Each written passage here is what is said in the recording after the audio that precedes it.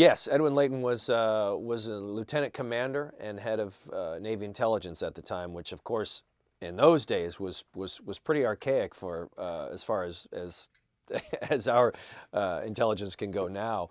But he was stationed in Hawaii at Pearl Harbor, and when the Pearl Harbor disaster happened, he really wore the scars of that because it just seemed like an incredible intelligence failure. So him being the head of it, he took great responsibility for that, even though it was uh, not his fault. And so what happened after that, 6 months, then we cut to 6 months later, and you watch how he wanted to find out exactly where the Japanese were going to attack next, which is where we are in Midway. So you see the journey of this guy from extremely what he feels like letting the entire world down, certainly his country, and how he avenges that loss, and Americans come out on the winning side.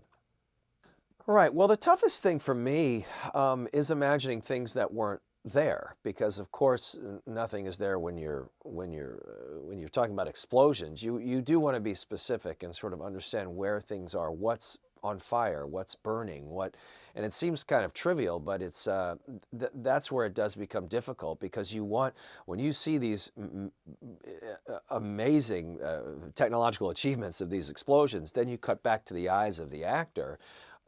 You want to feel that as an audience member. So I guess in terms of technically the most challenging, that does become the most challenging for sure. And then, of course, when you shoot everything out of order, then you're just trying to make everything match. So trying to give as many different kinds of takes that you can so they have something to work with when they go back to the editing room.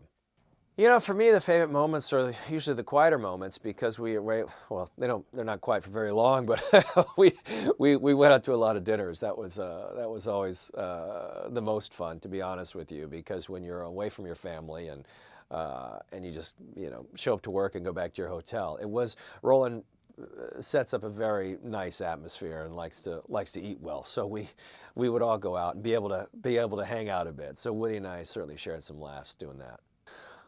Well, the message is patriotism over politics. The message is watch what made the greatest generation, and understand that freedom isn't free, and all those things and those tropes and those metaphors and slogans that we just throw out without carrying any weight to it.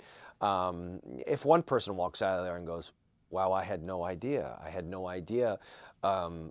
We were that close to perhaps even being taken over, to this being a much different, not only country, but different world." So there's a lot to learn if you want to sit back and think about it. So that's something that it's always important to remember where you came from and why these freedoms are so valuable.